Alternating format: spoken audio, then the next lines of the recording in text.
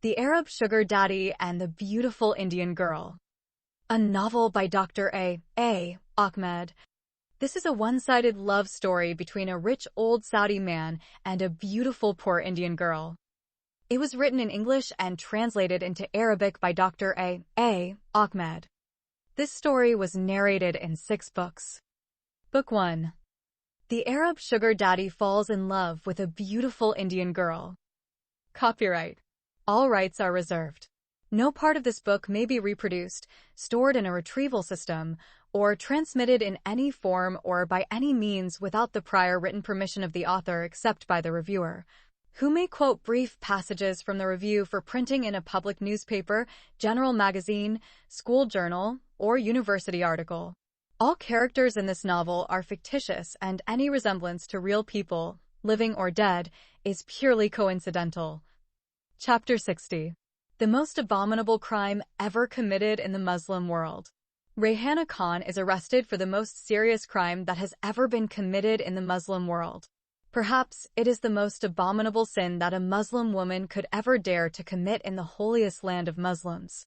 No one had ever committed this crime in this manner before except for an adulterous Sudanese woman. The Sudanese woman was married and had a husband in Sudan, and also got married to another Arab man in Saudi Arabia without divorcing her first husband. Her Sudanese neighbors, who used to know her marital status in Khartoum, had exposed her abominable sin and reported her unpardonable crime to the police of Makkah City. When her case came to the attention of the Saudi authorities, she was arrested, tried, convicted, and stoned to death, on a Friday, of course. The evidence against Rayhana is overwhelming and undeniable. The Jeddah Police Authority has found out that she got married to an Indian man first, and then, without getting a divorce from her husband, she had wedded herself to a Pakistani man a few days later. Matrimonial law in the Kingdom of Saudi Arabia stipulates that any foreign couple getting married should have a copy of their marriage certificate sent to the Ministry of Religious Affairs. Likewise, any married couple getting divorced is required to do the same. In the case of Rayhana, there is no proof of a divorce from her first husband.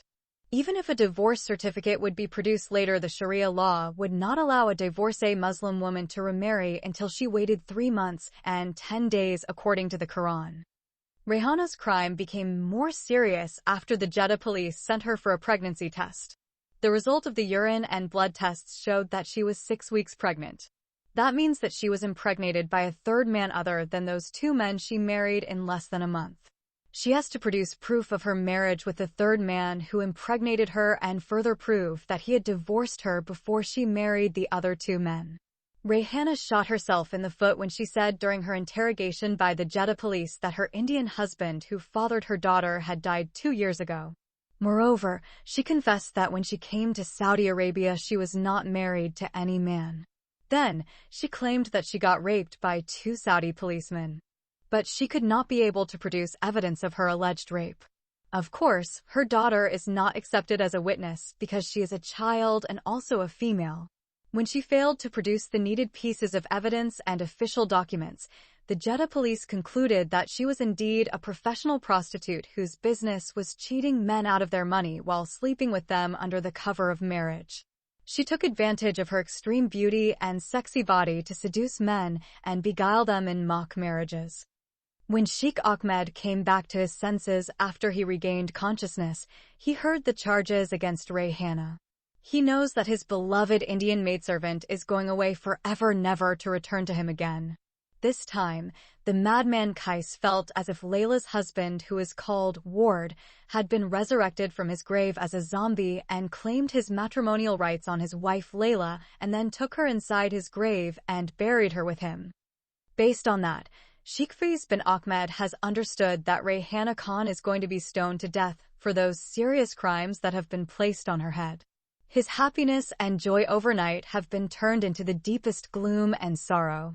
He has spent a lot of money and has done impossible things to get his beloved Indian woman to come and live with him in his country and under his roof forever, but it is just not meant to be. For her sake, he put his life at high risk, went to jail for 6 months in Bombay, and fought with demons in India. But everything, in the end, has gone in vain. He could not enjoy the outstanding beauty and sexy body of his Layla even once. He cried in front of his family members. His sadness and tears now exposed his true feelings. For the first time, his fourth wife and 2 sons understood how deeply he loved that young and beautiful Indian maidservant. On the other side, Mrs. Ahmed is now openly rejoicing and celebrating her victory. She thanked her Allah and Prophet 1,000,000 times for seeing her tears and hearing the cries of her deeply pained and wounded heart and avenging this great wrong done to her. When she saw her secret lover beside the young and beautiful Indian maidservant and both in their wedding attires, she thought she had lost him forever. But suddenly, her exalted Allah has snatched him from the arms of the enemy female slave and, by the grace of Allah, returned him to her in a silver platter with gold trimmings.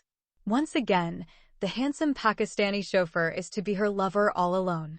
As she had wept silently throughout the night, she is now rejoicing and celebrating all day long in the preconceived thought that she is going to rejoice forever. She just wants to shout from the rooftops and proclaim, "I love you so much, my lover Sabir Ibrahim Shah. I am ready to cut one of my breasts and cook it for you." In a short time, Rayhana's serious crime has filled all the newspapers and the media in Jeddah and spread all over the entire Kingdom of Saudi Arabia, and even with the speed of light, it has traveled to other petrodollar countries. In a short time, even international TV channels like the Arabic BBC in London and Al Jazeera TV in Doha covered the case. The Jeddah police were able to lay hands on Aslam Ali Khan and interrogate him. The pimp Aslam was found hiding in the city of Riyadh. After he failed to hand over his wife to his wealthy Saudi client, Sheikh Hamza bin Khalid, Aslam ran away from Jeddah and was hiding in the capital city of Saudi Arabia. The Indian friend that sheltered him revealed his whereabouts to the Riyadh police. The media spotlight led Aslam's friend to become an informant. He had read about the sensational case and understood the friend he was sheltering was no doubt involved in one of the most serious crimes ever committed in the Kingdom of Saudi Arabia. When Aslam was taken into custody, his friend called the local newspapers and told them he was the good citizen who revealed the hiding place of the first husband of the adulterous Indian woman Rayhana Khan, who married 2 men at the same time. He knows in Islam polygamy is allowed for men, but polyandry is not permitted for women. His 15 minutes of fame was realized when media men came and knocked on his door for his statement, interviewed him, and made him famous overnight. According to Aslam's confessions, he admitted that he married Rayhana Khan legally. She stayed with him in his apartment in Jeddah for a couple of weeks. He had sex with her many times during those few days. He said further that he did not divorce her. He took her to a Filipino beauty salon, and when he returned after 2 hours, he found out she had run away with another man. She did not even bother to leave a notice for him and inform him why she had decided to leave him. He searched for her everywhere, but could not find her. She stole all his savings and disappeared from his life. He is now totally broken and has nothing after she robbed him of all his money and other valuable stuff. Aslam was detained for 24 hours and released. The Jeddah police did not find him guilty of any crime. Likewise, the police took into custody the second paper husband and interrogated him. Sabir Ibrahim Shah also confessed that he had married Rayhana Khan in good faith. He did not know that she had another husband. She did not tell him that she had a previous husband who did not divorce her. He just saw her in the house of his Saudi kafil Sheikh Faiz bin Ahmed and liked her. Then, he asked her to marry him and she agreed immediately. He also claimed that he married her and consummated their marriage the very same day and had sex together in the house of their sponsor. Sabir likewise was released from prison the following day because the police did not find him guilty of any crime. The police were able to gather more incriminating pieces of evidence against Rayhana Khan. The Jeddah International Airport Police reported that Rayhana and her daughter Ifat smuggled themselves inside the country without their Indian passports. Somehow, she and her daughter managed to fool the 2 policemen who were supposed to transfer them to the Jeddah women's prison and ran away and entered the city. For almost 2 months, they lived in the kingdom as illegal aliens. The accumulated charges led the police to take her Saudi sponsor into custody for questioning. Sheikh Ahmed denied his knowledge that his Indian maidservant and her daughter had arrived in the country without their passports. He falsely claimed that his Indian client in Bombay phoned him and informed him about the arrival of his maidservant and her daughter. He then claimed falsely that when his maidservant and her daughter came to his house, they had their valid Indian passports with them. He even handed over the 2 passports to the Jeddah police. He showed copies of the visas that he sent to his client in India. Jeddah police could find no reason to detain Sheikh Ahmed, so let him go too. For the crazy lover Qais, it appears that his great love for the Indian Layla has suddenly turned into a mere lust after a beautiful young woman who is as young as his granddaughter. When his beloved woman was taken into custody and charged with one of the most serious crimes ever committed in the Muslim world, he washed his hands of her. He already began to think of finding another young Indian woman to purchase to satisfy his lustful desires, which only the flames of hellfire can quench. The only person who has become exceedingly happy at the Indian maidservant's dire fate, of course, is the despicable and ugly Arab woman Mrs. Ahmed. She rejoiced and celebrated, shouting joyfully from the rooftop. She waited eagerly for her old husband to go to one of the houses of his other 3 wives so that she could rebuke her secret lover, reclaim her place in his heart, and have him all alone as her sexual satisfier forever. Sheikh Ahmed began to hate his 4th wife for her continuously reminding him that he had brought an Indian prostitute home. So, he left her, if anything, just to get some peace of mind. In the meantime, his heart is filled with a mixture of anger and sadness toward the detained maidservant Rayhana. Mrs. Ahmed demanded that her husband either send the daughter of the Indian prostitute to her country or to the women's jail where her mother is waiting for her execution. When he refused to carry out her demands, she asked him to take her to live with one of his other 3 wives. Sheikh Ahmed does not know what to do with the 7-year-old girl of his apprehended maidservant. Keeping her with wife number 4 has become not an option. He decided to take her to live in the house of one of his other wives until he could hand her over to the Indian consulate in Jeddah for her to be deported to Bombay. Chapter 61. The cheating Saudi wife and her foreign lover. As soon as her husband took the daughter of the detained Indian maidservant and left, Mrs. Ahmed brought her candles and invited her secret foreign lover to her mansion. The excuse she gave to her husband is that she needs the family Pakistani chauffeur to take her to the supermarket for shopping. In Saudi Arabia, a correctional police officer will not arrest a woman who is found in a car with the chauffeur of her husband. The police might demand some proof that the driver of the car is the chauffeur for the family. That particular morning, the happy Saudi woman spent more than an hour in the bathroom preparing herself for her good time with her secret sex partner. She cleaned her body and removed every strand of hair from her legs, arms, and hands. She even shaved and cleaned the pubic hair covering her vagina and underarms. To top it off, she has painted her nails and brushed her hair.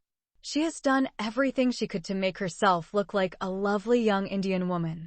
She has emptied almost half a spray container of costly Indian perfume on her clothes and body. Then, she applied the black henna tattoo on her hands and legs. She used strong glue, which is called halwa, and pulled out of her pussy its pubic hair by its follicles. She also has applied black kohl on her eyebrows. She covered her thin lips with lipstick.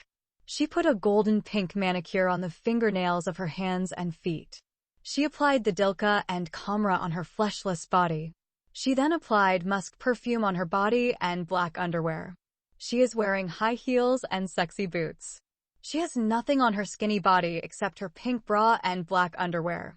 Her small underwear is covering only her pussy, but it could not hide her flat buttocks. She has nicely combed her thin graying short hair. She has decked her ears, nose, hands, and neck with gold and diamonds. In a nutshell, the noble rich Arab woman has done everything she thought might make her look like her rival woman, the dirty Indian maidservant's beautiful face, sexy body, and young age. When her handsome and unfaithful secret Pakistani lover showed up, his secret ugly Arab girlfriend gave him a long lecture in the living room on fidelity. She has forced him to swear to Allah that he would never repeat what he did to her again. She demanded that he should place his right hand on the Holy Quran and promise allegiance of everlasting fidelity. She also made him pronounce the 3 divorces of his newly detained Muslim bride, the so-called dirty Indian prostitute Rayhana Satan Khan. After forcing him to repent in tears and taking the oath of allegiance and divorcing his Indian wife Rayhana, the cheating and ugly Saudi wife has brought her Pakistani handsome lover to her holy bedroom to have fun with him and get fucked by his big penis in her pussy all day long until her 2 sons Khalid and Tariq would return from their school. Mrs. Ahmed for the first time has decided to allow her secret lover to enter her husband's bedroom. Before that day, she used to believe whatever an immoral thing a Muslim woman does, she should perform it away from her husband's bed. She heard that the Muslim woman who cheats on her husband in their marital bed would cause the angels of Allah to curse her night and day. Her lot in this life and the life to come would be the same as the disobedient wife who refused to allow her husband to sleep with her on the bed. The angels of Allah would curse her until the morning. She will be hung in hellfire by her breasts while she is burning for eternity bare naked. Howbeit, that particular day, her victory over her bitter rival woman Rayhana made her ignore this important commandment, "Thou shalt not fornicate in thy marriage bed," and so she took her secret lover to the bed of her husband. She is looking to maximize her self-indulgence, and this risky move made her feel like this would give her the greatest amount of pleasure. Sabir is shocked when he sees they are going to be spending time in the master bedroom with beautiful candles and the sweet smell of perfume circulating in the air. He has seen the biggest bed he has ever seen, the like of which he has never seen before. He knows if they are caught red-handed having sex on his kafil's bed, they will be stoned to death. There is a porn movie playing on the big screen just above the bed. Mrs. Ahmed asked her secret lover to remove her dress. While her lover is removing her clothing, he is looking at the beautiful butt-naked white girl who is having sex with a buck-naked young white guy. Mrs. Ahmed decided today to go the extra mile. She decided to imitate everything the young white girl was doing to her sex partner. She ordered her lover to remove his clothes and be like her. Mrs. Ahmed did many things differently that day. She is so overjoyed that she found herself singing a vulgar Arabic song she learned from an Egyptian porn movie where the words go as, "Nikni wafta kusi, nikni fe kosi almuwasil, dakil zibak washratizi." You must fuck me and open up my virgin pussy, do it to me up in my juicy pussy, and insert your dick in my buttocks and tear up my big ass. She began to look at the porn movie and mirror and imitate the white girl on the screen. At first, she forced her secret lover to suck and lick her thin lips and then fondled the tiny nibble of her left flat breast. Lastly, she made her Pakistani lover suck her circumcised and genitally mutilated pussy. For the first time, she used her mouth on her lover's penis and sucked it just like she is eating a lollipop candy or a cone of vanilla ice cream. But things seemed not to work the way it is doing on the LCD TV screen. Her lover's genital organ is not responding to her tender manipulations. She tried and tried to stimulate him, but it was as if her secret lover could not feel her hands or mouth. She told him to keep his eyes glued to the big screen. She knows that if he looked at her ugly face or her fully naked thin body, he would lose interest. Being a practical woman, she is aware she is a ridiculously skinny and ugly Arab woman, with a face resembling a man rather than a woman. Her secret handsome lover followed her express orders and kept staring intently at the goings-on on the TV screen. He said to her, he likes and enjoys what he is watching on the big screen, but his penis remained cold and soft as if it does not belong to his body. Mastoura Sheikh, who is also known as Mrs. Ahmed, thought the Pakistani man was no longer interested in her and that his heart had been stolen by that dirty Indian prostitute. She believes after he married the extremely beautiful and sexy Indian maidservant and had sex with her, she killed all his sexual desires for his secret Arab woman. She remembered that night while she was sitting in the living room silently weeping all night long with her heart bleeding inside her chest. Her secret lover was having hot and passionate sex with the fucking Indian maidservant. She stopped what she was doing and began to interrogate him regarding this serious matter. He strongly denied all her accusations. Although he slept with Rayhana on the floor of her room while she was sleeping on her bed, Sabir had neither desired her nor tried to approach his paper bride. He was told by the crazy old geezer that he should go out of his bride Layla's bedroom as soon as her lover Kais came to have sex with her. Then he has to remain standing as a bodyguard in front of the room guarding his master while the latter is fucking his beautiful one-day bride. It is just like when the Prophet Muhammad raped the Jewish captive married girl Safiya and kept his bodyguard Abu Ayyub guarding his master in front of his tent with a sword in his hand. Therefore, that night the Pakistani pimp was scared that his Saudi kafil would cut him into pieces if he came to know he had fucked the lovely maidservant and enjoyed her sexy body before her mad lover does it. The Pakistani pimp swore by Allah to the Saudi woman that he had not touched Rayhana Khan. But as we know, Sabir would not be able to have sex even if he wanted to do that, or Rayhana had begged him to fuck her before the old geezer would come and violate her. Without his knowledge, the evil sheik had made him a castrated man, and therefore his penis cannot get an erection again. When her Pakistani sex slave said he did not have sex with the extremely beautiful and sexy Indian maidservant, the outraged Saudi woman slapped his face with all the force she could muster. She refused to believe that he just slept by her side in bed, and that they had done absolutely nothing, as if they were a real brother and sister. She then demanded an explanation for his lack of response. When the Pakistani chauffeur could not give any acceptable reason for his lack of interest in her, the angry Saudi woman hit him in the chest, shook him by the shoulders, and then began to cry. He begged her to allow him to go, but she refused. She kept beating and punching him. She even grabbed him by his shoulders and began to bite his flesh with her sharp teeth. He has concluded that the mad Arab woman is about to eat him up like a female sex-deviant cannibal. This cruel torture has caused him to scream out in pain. In those moments, Mrs. Ahmed would have killed her secret lover if he had not managed to push her away at the right time. When she fell on the floor, he picked up his clothes, ran out of the room, and escaped out of the house for his dear life. He then quickly jumped inside the Saudi kafil's car and drove away. The extremely outraged Saudi woman has not run after him. She remained on the floor and sat while kneeling on her knees, beating her body and pulling out her thin graying hair like a raging lunatic woman in her extreme epileptic fits. After lamenting the loss of her handsome Pakistani lover, Mastura got up and put on her black underwear. She then walked out of her room while half nude and topless, went to the black Sudanese guard, dragged him by his right hand, and brought him to her bedroom. That done, she forced him to fuck her many times until she got some measure of sexual satisfaction. She has enjoyed sex with him more than with Sabir. This is because the black Sudanese guy has a dick double in size and length than her castrated Pakistani lover. The cheating Arab wife is screaming while his big dick is sawing in and out of her circumcised and genitally mutilated cunt. Before that day, she would not allow him to step foot in any of the many rooms of her huge mansion and defile it with his filthiness. He is made to sleep with his big dog in a small booth at the gate of his Arab master's palace. Sheikh Ahmed, his wife Mastura, and their two sons, Khalid and Tariq, have named their security guard Abdina, which means our black slave or our black zongi. But that day, this so-called dirty black Negro has suddenly been transformed into Giacomo Casanova, the epitome of women's romance, and has passionate and hot sex with the cheating wife of his Saudi master. An Arab woman would rather prefer to have sex with a dog, a horse, or a donkey than have sex with a black man. There is something unique in having sex with that black Casanova which made that Arab woman crazy after him, and she has allowed him to fuck her many times on the bed of her Saudi husband. From that day onwards, the so-called ugly black Negro became the new secret sex satisfier and eternal lover for the cheating wife, the noble Saudi woman Mrs. Ahmed.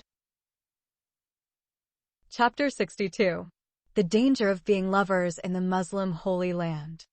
We now need to take a short break from the tragic story of the misfortunate Indian widowed Rayhana Khan and her orphaned daughter Ifat Khan and narrate in 2 consecutive chapters the sad case of another foreign Pakistani wife and her secret lover.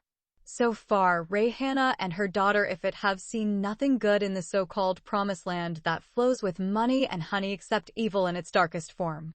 They could not be able to be filthy rich or scoop foreign currencies scattered in the streets of the holy city of Jeddah as they had been told in their poor fatherland. They have been abused in every possible way, and finally, They have been separated from each other forever, and every one of them is waiting for a dark future all alone in that male-dominated country with no rights for women and foreign workers. The 7-year-old daughter, if it might not meet again her detained 22-year-old mother Rayhana. It appeared that they had been cruelly and unjustly separated for eternity, infinity, and beyond. At any rate, let us go back to the tragic case of the other Pakistani lovers. As we shall see later, this tragic case is somehow related to the sad case of the unjustly arrested and detained Indian maidservant Rayhana Khan. The misfortunate young woman in this new saga of unceasing abuse and suffering is called Sakina, and her Pakistani husband is known as Dr. Abu Islam. Abu Islam is a Pakistani man living in Saudi Arabia for 10 years and working as a medical doctor in a big hospital in Jeddah City. He is a widower who lost his first Pakistani wife many years ago. He has only one son from his late wife Nadia Hassan. Sadly, his son also died in the same car accident in Jeddah City, along with his mother. His late son was called Islam, and that is where the doctor obtained his precious nickname, Abu Islam. His real name is Muhammad Ali, but everybody knows him and calls him Abu Islam, or Father of Islam. For many years, after the death of his wife and son, Abu Islam remained single. Recently, his parents in Pakistan made him marry his cousin, Sakina Ahmed. It is not a love marriage but an arranged marriage. There is a 20-year age gap difference between the new bride Sakina and her bridegroom, her cousin, Abu Islam. Sakina is a university graduate. She is in love with a young man that is her neighbor. They are in a serious relationship and want to get married. For some reason, her parents objected and stood strongly against her love affair with her boyfriend. Therefore, they married her off to her cousin, Abu Islam, to put an end to this shameful love affair with their young, beautiful, and highly educated daughter. Unfortunately, Dr. Abu Islam never knew anything about the love affair between his new bride and her boyfriend. Sakina also did not tell him about her love affair. He spent only 1 week in Pakistan with his new life partner. As soon as he returned to the Kingdom of Saudi Arabia, Abu Islam began the process of bringing his new bride to live with him. After she arrived in Jeddah City, Sakina resumed her love affair with her long-distance lover, secretly communicating with him by phone and sometimes writing letters to him. She told her lover not to write back or telephone her. She would phone him whenever there was an opportunity for her to do so. Since her husband is always busy at work, Sakina found ample time and space to communicate with her true lover and dream of what could be. Nevertheless, the separated lovers are not satisfied communicating just through writing and talking on the phone. They felt the need to be near each other and express their love for each other through other means. To work toward this goal, the lovers made a secret plan. Accordingly, this plan called for Sakina's lover to apply for a job in Saudi Arabia and then come and live near his beloved girlfriend. The lover followed the plan and applied for a work visa to Saudi Arabia. As soon as he obtained the visa, he traveled from Karachi City to Jeddah City. Yasin Sheikh, Sakina's lover, refuses to accept the fact that the love affair has no place in Muslim society, and he is determined to pursue his beloved girlfriend wherever she goes. He studied engineering at Karachi University, and after his graduation, he became a remarkably successful engineer in his country. But when he came to Saudi Arabia, he could not find work in his field of specialization. He found a small job as a clerk in an import and export company in Jeddah City. Yasin's main goal is not to make money in the rich Arab country, but to be close to his beloved girlfriend Sakina. As soon as he arrived in Jeddah, he stayed briefly with his Pakistani friend. Shortly afterward, he moved from his friend's apartment and rented an apartment in a building occupied mostly by Pakistani tenants. Yasin has not moved to this apartment complex because he loves his Pakistani people, but because his beloved girlfriend Sakina is living there with her husband Dr. Abu Islam. Without exaggeration, one can say with confidence that Yasin and Sakina's love for each other has surpassed the love of Qais and Layla and Romeo and Juliet. It is just like the love of Krishna to the married girl Radha. In Hindu mythology, the love of the Hindu god and goddess is called Radha Krishna. They are combined in one single name. So, Those modern Muslim lovers can be combined with Sakina Yassin. They are one soul in two bodies. At any rate, as it turns out, everything worked out perfectly for the two intimate lovers, and they could be able to live and be close to each other. Not only that, whenever Sakina's husband goes to work, she calls her lover on the phone and asks him to come over to her apartment. Meeting for the first time after a long and painful separation, the intimate lovers, who are the modern incarnation of Krishna and Radha, did not deny their passions and expressions of love and all the feelings they have for each other. Whenever they met, they kissed, hugged, and had sexual intercourse. Before Sakina was married to her male cousin, the lovers had never had sex. In those days, they believed sex before marriage was haram and a disgrace. They were hoping sooner or later they would get married to each other with the blessings of their families. Nevertheless, what Sakina and Yassin are doing would not remain hidden forever in a closed and strict Muslim society like Saudi Arabia. Their Pakistani Muslim neighbors have eyes to see and ears to hear what is spoken and done behind closed doors. Many times, some curious Pakistani neighbors spotted Yassin entering the apartment of Dr. Abu Islam in his absence. According to the Islamic Sharia law, the Muslim wife is not supposed to allow any man to enter her house in her husband's absence, even if that man happened to be her father-in-law. She could only allow her father or brother to enter her house if her husband was not there. So, some of the neighbors, being moved by what they saw as an unholy alliance, made it their business to contact Dr. Abu Islam by phone and disclose to him what is happening behind his back. Some of them even wrote anonymous letters and sent them to Dr. Abu Islam at his address at the hospital and informed him about the disgraceful love affair of his wife and her open cheating on her lawful Muslim husband. Although Dr. Abu Islam by then had lived with his wife for over a year, he never suspected that she is having an affair with another man or that she would do something like that behind his back.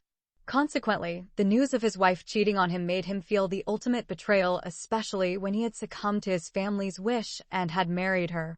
He decides to punish her for her unfaithfulness, but wants to verify the rumors first.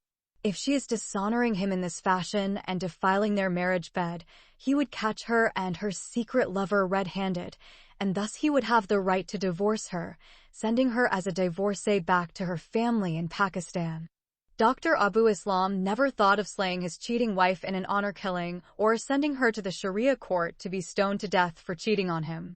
He does not want a guilty conscience of having caused the death of his wife or exposing their families unnecessarily to bad publicity and an ugly reputation. After all, she is his female cousin and remarkably close relative. Therefore, he understood that her parents' scandal would be a scandal for his family too. Her father and his father are real brothers who have the same parents. Alas, before Dr. Abu Islam could carry out his plan to punish his unfaithful wife without killing her or causing her to be stoned to death, his self-righteous neighbors took it upon themselves and did what they thought was their duty as good Muslims to do. They thought that perhaps Dr. Abu Islam either did not believe the information he received through the various means of communication, or he believed the news and was too busy to do anything about it. Accordingly, the news of the Pakistani wife who is having a love affair with another Pakistani man who is not her husband and openly cheating on her Pakistani husband by sleeping with her boyfriend reached the Saudi police headquarters. The Jeddah police carefully planned a surprise raid, being given the exact day and hour of this serious criminal indiscretion. Upon arriving at the apartment of Dr. Abu Islam, they broke down the door and rushed inside. Unfortunately, when the holy cops of Allah entered the apartment, the lovers happened to be in bed making love to each other.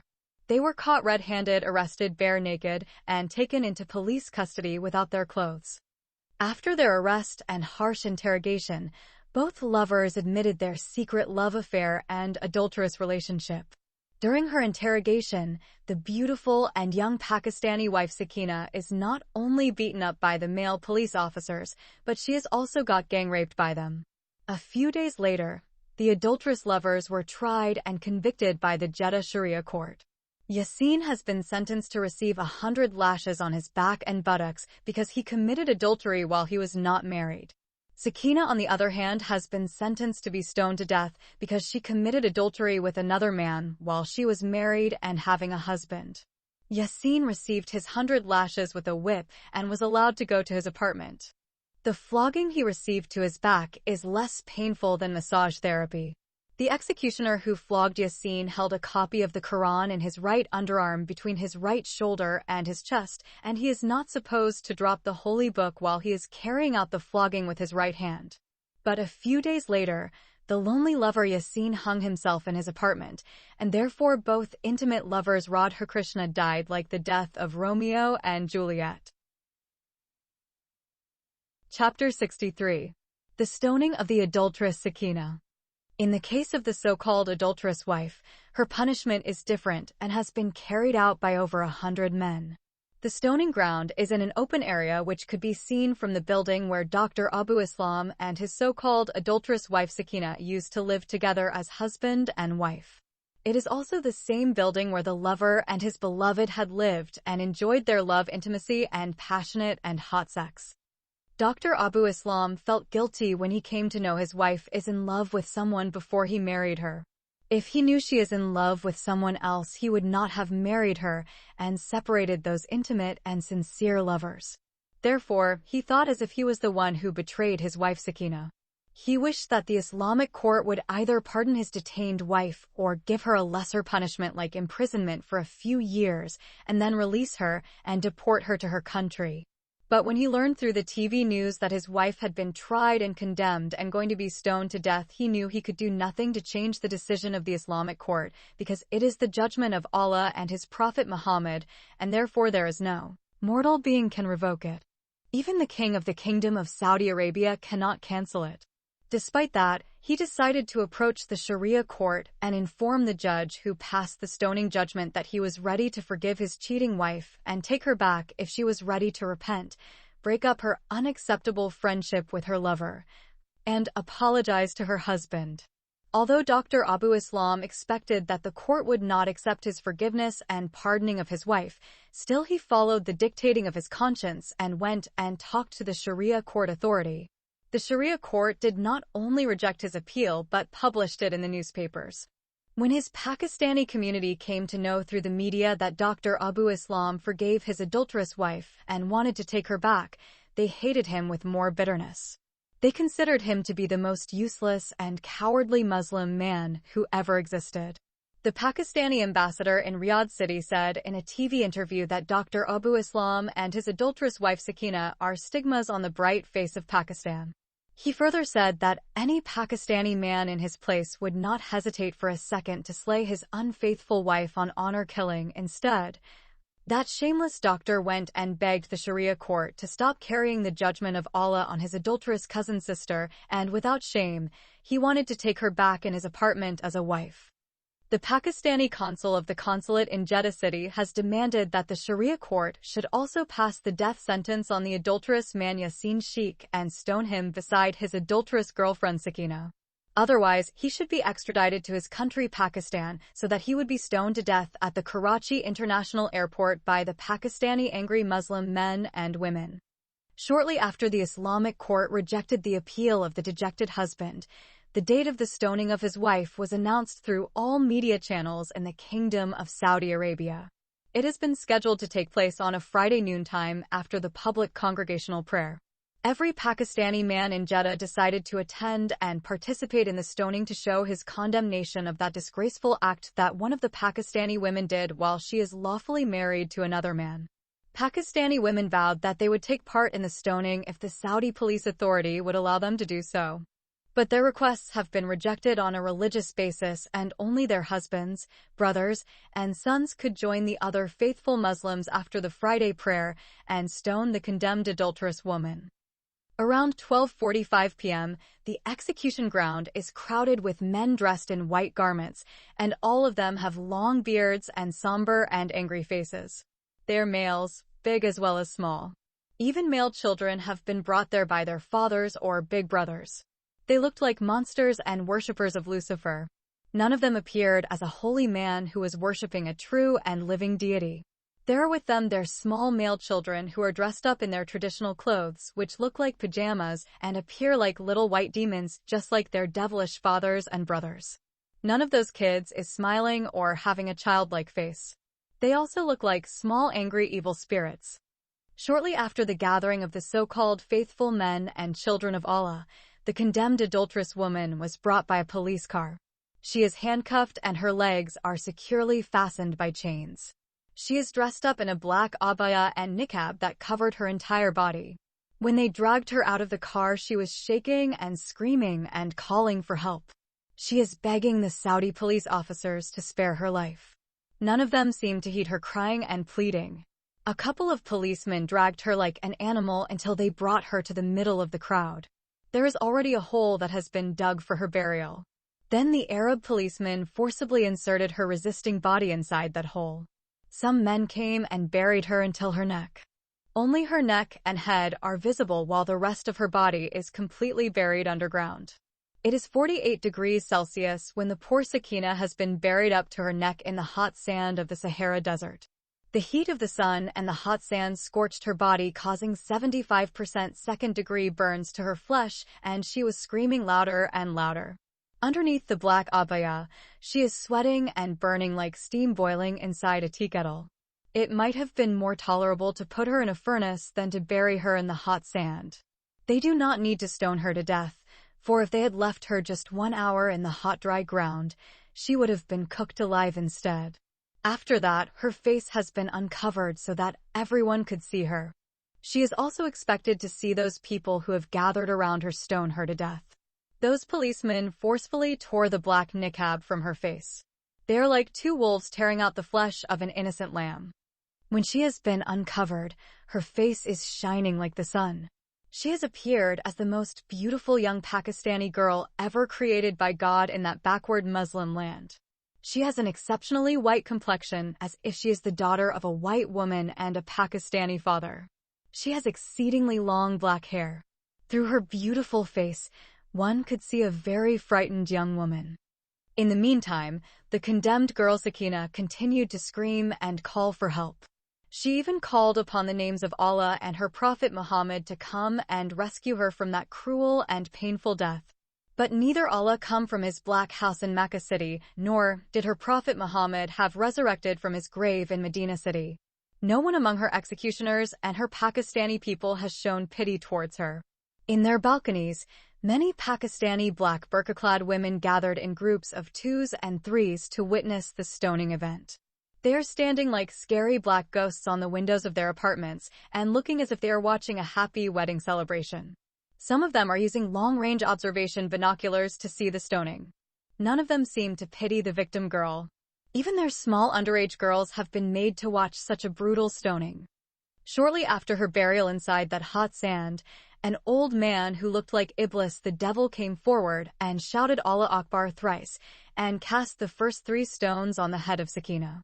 1 stone missed her and the other 2 hit her face and head. Then, the old man retreated to his place in the lined-up men who formed a half-circle around their victim. As soon as the old man reached his place, the other men began to cast their stones on the bleeding face and the gravely injured head of Sakina. The stones started to hit her from all directions, and the blood gushed out of her face and head like a liquid of red acid. In the beginning, her head kept circling in all directions, desperately trying to avoid the stones. But the stones, like a hail of heavy rain, are falling on her. Sakina felt like a dump truck had dumped tons of cement with heavy stones on her face. She also feels like hundreds of sharp long nails have been forcefully hammered inside her head. Her eyes have bobbed out of their sockets and all her teeth have been broken and fallen out of her copiously bleeding mouth. The white marrow of her head came out of her brain. Her nose has been broken and become flattened and completely closed, and she can no longer breathe. Therefore, her screaming and groaning have stopped and can no longer be heard due to the shouting of the Muslim of Allah in unison, Allah Akbar, Allah Akbar. They are all hard-hearted like those terrorists of ISIS who rejoiced in the beheading of their hapless victims. The victim's head stopped moving and fell backward, which showed that her neck had been broken by those heavy and big stones. Although the head became lifeless, still the cruel men continued to throw their stones until they made a big heap over their victim. After all the stones had been thrown at the head of Sakina, the police authority announced through handheld mics with loudspeakers that the stoning should cease. Then a group of cops came and removed the stones. When all the stones are removed, Sakina's face becomes marred and completely disfigured. No one who saw her face before her execution could believe it was the same beautiful, angelic face. It is covered with blood and smashed. Its mouth lost all its teeth and its head lost its long hair. Her toothless mouth is opened as if it is the jaws of a deadly shark. The blood is still profusely running from her face and head. Even her black clothes have been torn into bits and pieces, exposing her buried and dug out the body. The hot sand of the Sahara Desert caused so many burns on her delicate skin. It is too graphic to describe in detail the miserable condition of the cruelly executed female victim, the late Sakina. Finally, the brutally overkilled body of the cruelly executed young woman Sakina has been dragged like a slaughtered animal, placed on a stretcher, and carried away. The crowd dispersed as soon as the dead body had been cleared from the crime scene. While they are leaving, they are conversing with each other as if they are discussing a wonderful sports game or soccer match they have just watched together. Even their female counterparts have remained standing on their balconies and windows and talking and laughing. Some wicked Pakistani women clapped their hands and cheered their men, who supposedly have carried out the judgment of Allah and His Prophet Muhammad on the so-called evil and dirty adulterous bitch who spoiled the bright name of the holy Muslim land of Pakistan. Sadly, on the same day, his beloved girlfriend Sakina was brutally stoned to death. Her boyfriend Yasin hung himself and died in his apartment.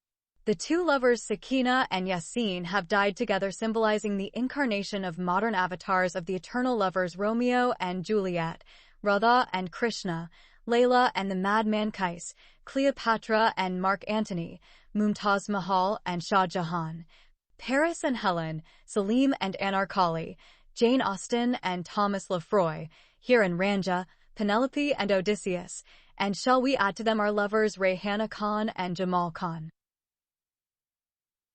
Chapter 64. The verdict on the abominable sin of polyandry. The Indian maidservant Rayhana's life has been turned into a nightmare after her arrest. She is worried about the future of her daughter more than she is scared of what is going to happen to her. She is also worried about what would happen to her mother and 5 children in Bombay if the Sharia court in Jeddah sentenced her to be stoned to death. The police interrogators had already told her that she was going to be tried and put to death through stoning. Even her prison female inmates predicted her end. As soon as she arrived at the Jeddah women's jail, Rayhana met an extremely beautiful Pakistani girl by the name of Sakina, who had been arrested under a similar charge of having an unlawful sexual relationship with a man while she was married to another man. Rayhana became friends with that young woman, and in a short time, the two female inmates' friendship became bordering on the siblingship of real two sisters who knew each other from birth. After a couple of weeks, the Pakistani girl disappeared. When Rayhana asks about Sakina, she is told that she has been stoned to death on a Friday noontime. As soon as Rayhana heard about Sakina's cruel death, she cried until she lost her voice. Ever since then, she began to have nightmares and wake up in the middle of the night while sweating profusely. She always dreams about the young, beautiful Pakistani girl. Many times, Sakina came to Rayhana while she is asleep and begged her to stop the Saudi police from stoning her to death. Sometimes, she hallucinated during the day and saw the poor young woman standing in her cell begging her for help. The continuous visions and dreams led Rayhana to believe that her cell had become indwelt by the spirit of that late young Pakistani woman. She begged the female guards to transfer her to another cell where she could be with other inmates, but her requests have been rejected. At any rate, Rayhana's double pseudo-marriage was discovered merely by chance by an employee of the Ministry of Religious Affairs. That employee happened to be an Indian Muslim young man. The beautiful face of Rayhana reminded him of his favorite Indian film heroine, Priyanka Chopra. Priyanka is a Bollywood superstar and former Miss World. Before he came to Saudi Arabia, he used to watch every movie made in which Priyanka acted as the leading heroine. He almost worships the very ground the lovely and sexy heroine Priyanka Chopra walks on. But after he came to Saudi Arabia, he could not see her movies anymore because there was not a single movie theater in that 7th century society. So, when he saw the first marriage certificate of Rayhana Khan to Aslam Ali Khan, her photo stuck in his mind. Every day he sneaked a glance at her file and stared at this gorgeous beauty. When she got married the second time to Sabir Ibrahim Shah, her marriage certificate was sent as an email attachment by the Pakistani imam who conducted her previous mock marriage. It has uncovered the so-called abominable deed of the Indian maidservant, Rayhana Khan. As soon as her second marriage certificate reached the Ministry of Religious Affairs, the Indian employee was shocked when he saw the same face and the same name as the newly married Indian girl. He checked the previous file and found everything to be the same except the names and photos of the two bridegrooms. He showed his discovery to other employees. Everyone confirmed his discovery that the same Indian girl had married two different men in less than 3 weeks. This is of course an illegal act and the most abominable deed a woman could ever commit in the holiest land of all Muslims of the world. The first thing the employees of the ministry did was to contact the Pakistani Mizan and inquire if Rayhana had shown him a divorce certificate from the first husband she had married. The Pakistani imam confirmed the two marriages and said that she did not produce any divorce certificate. He falsely claimed he did not recognize the woman in question when she came with the new man to his office for her second marriage. As a rule, a divorced woman could not get remarried unless she showed proof of her divorce from a previous husband. The Quran states that a divorced woman has to wait 3 months and 10 days before she remarries another man. See Surah Al-Baqarah 2, verse 228. Such a requirement is not applicable or required in the case of the man because the Sharia allows him to marry 4 women at the same time. It did not help her case, either, that when the police raided the house of Sheikh Ahmed, Rayhana was inside her bedroom with her paper husband who was sleeping on the floor of the same room. It was the evil bitch and dangerous serpent woman Mrs. Ahmed who directed the 4 policemen to the room where the Indian maidservant and her Pakistani husband had spent their first wedding night. Moreover, it was the Pakistani chauffeur Sabir Ibrahim Shah who opened the door of the room of his one-day Indian bride. Rayhana was sleeping when a Saudi policeman jolted her out of her sleep and dragged her out. Then, the two of them handcuffed her and placed fetters on her feet. After that, they began to question her and her second husband. Her new husband swore to Allah and His gracious Prophet that he had no knowledge that she had a previous husband or that they had divorced. Even Rayhana condemned herself when she said that her former marriage and her present marriage are just on paper, but none of them is a real marriage. She further stated that neither of the two men had slept with her. She also admitted that her first pseudo-husband had not divorced her. The Saudi policeman, who interrogated her, told her that even a child would not believe such an unbelievable story. They could not see how it was possible for an extremely beautiful young and sexy woman like her to stay with 2 men all alone without either of them having sex with her. Accordingly, after they have met her Saudi kafil and revealed to him the reason for arresting his Indian maidservant, the cops dragged Rayhana to the wagon and drove away. Mrs. Ahmed had clapped her hands and shouted with her contemptible mouth, "Zagharit Alfra," after her rival bitch has been taken into custody. Ever since that day, the poisonous snake woman had danced and celebrated her victory each day and night. Another rule for women accused of adultery is before they appear in court, they are required to take a mandatory pregnancy test. So, after her interrogation, Rayhana was sent for a pregnancy test. The result of the test came back positive. This was the final nail in her coffin that sealed her fate and added to her list of infringements. The urine and blood tests proved that she was at least 6 weeks pregnant. The first question the police asked her was whether she had a third husband. She condemned herself again when she confessed that her Indian husband died 2 years before. When the police interrogated her about who impregnated her, she said she had been raped by 2 Saudi policemen after her arrival in Jeddah City. The policemen were not about to buy that story either. They assumed and then concluded that she was a professional prostitute indeed who makes her way around the city on a sleeping spree under the cover of halal Islamic marriage, cheats on men, and steals their money and disappears from their lives. The confession of the pimp Aslam Ali Khan showed that she stole his money and other costly stuff and ran away from him. Her second paper husband's testimony has condemned her as a cheater who did not tell him she had another husband and did not divorce him. Rayhana appeared before the Sharia court in Jeddah after about a month from the day she was arrested. Looking at all the evidence against her, the judge delivered her over to the guards to be stoned to death. The sentence would be postponed until after she delivered her child and nursed it for 2 years. The Sharia court of Allah has handed her down a double verdict: 3 years imprisonment and then to be stoned to death on a Friday noontime. While it is a temporary reprieve, for her it means a 3-year jail sentence in Saudi Arabia and then to be stoned to death.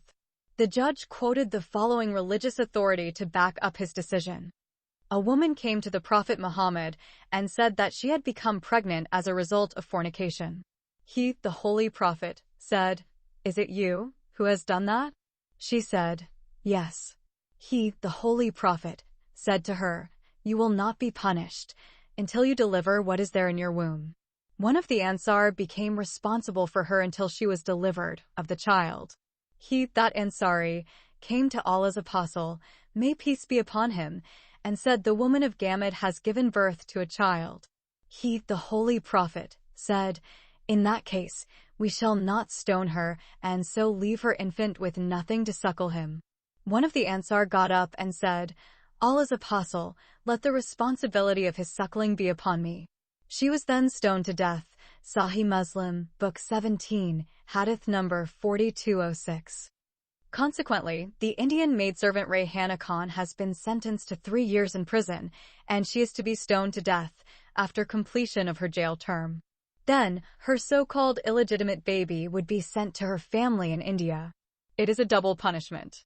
Imagine a woman being told that she is going to be killed after serving 3 years in jail. How is any woman in such a situation to sleep at night? That is the mental condition of Rayhana after she heard her double verdict. During the day, she is thinking about her death, and every night, she is dreaming she is being stoned to death. In addition to that, her conscience is torturing her endlessly about the fate of her 7-year-old daughter Ifat in Jeddah and the future of her 5 children and old mother in Bombay. She is crying day and night. Whenever she thought about her daughter, she blamed herself for taking her from her home in India and bringing her to this rich Arab country, lured by the promise of money scattered like garbage in the streets. She regretted she had ever come to this accursed land of the Arabs. Nothing of what she had heard about the holy land of Allah and the land of petrodollar came to be. From day one, she and her daughter had seen nothing but torture and abuse. She was brutally raped in front of her little girl, and she was reduced to being an indentured female slave by the evil cobra woman Mastora. In her country, she had experienced none of these evils. Rayhana wished that she could go back in time and turn around from entering inside that wretched Saudi jumbo plane, which took her and her daughter from their free and safe country and brought them to the land of the great Satan. She remembered that her abuse began inside that damned plane of the Arabs when she was accused falsely of being a female suicide bomber. She was humiliated and stripped naked by an evil Arab man. Moreover, she cursed the day she went to Kalaba and met the old Arab man who deceived her with his great promises of free visas and air tickets and worked as a maidservant in his rich country. She understood that he lusted after her beauty and sexy body and brought her to his house in his country to be his secret concubine. But she knew it was too late now, that she could do nothing to rescue her small daughter or to free herself from the accursed dungeon of the evil Arabs. If a human could exhaust all the tears that could be shed, the unjustly condemned Rayhana would have been left with no tears in her eyes to cry. Rayhana is worried that the 2 evil sons of her sponsor might rape her small daughter in her absence. She concluded those 2 wicked boys who raped her near her sleeping daughter can rape a small goat if they found it all alone. Therefore, she hated herself when she visualized her innocent small daughter has been raped every night simultaneously by those 2 devils, and she can do nothing to rescue her. She is also scared that that evil cobra lioness might force her daughter to do all the work required of a maidservant by this vile snake of a woman. If it was sleeping in her small room when her mother was arrested, taken away, and thrown behind bars. The hapless mother had left her daughter like a small lamb surrounded by a poisonous snake wife, a notorious womanizer sheik, and their 2 bad sons. One is voracious like a wolf and the other as a ravenous hyena. Every one of them is more dangerous to her than the other. Rayhana thought of every possible evil that might happen to her daughter, except what her Saudi sponsor Sheikh Ahmed had decided to do to her 7-year-old daughter. He could not care less that her sponsor does not bother to bring her daughter to see her in prison. He has never come himself or tried to intervene and save her from being condemned to death. Sheikh Faiz bin Ahmed and his Pakistani pimp Sabir know the second marriage is just on paper and created to hide his ulterior evil motive of raping the beautiful young maidservant. As soon as she was become out of the picture, he began to plan how to abuse and rape her little daughter. Of course, his conscience has been soothed by the evil example of his divine, invaluable, and infallible guru. The Prophet Muhammad, who married a 6-year-old female child, took her to bed at the age of 9 and abused her under the pretense of halal Islamic marriage. Because of his child bride, Aisha, thousands of underage female children get raped every year in Muslim countries due to the example set by an alleged prophet of God. No Muslim would dare challenge what Muhammad did to a 9-year-old female child as an act of child abuse or female child rape for fear of losing his life as a blasphemer and apostate from Islam. This story is to be continued in Book 2 under the title, The Child Bride and the Old Man of Arabia. About the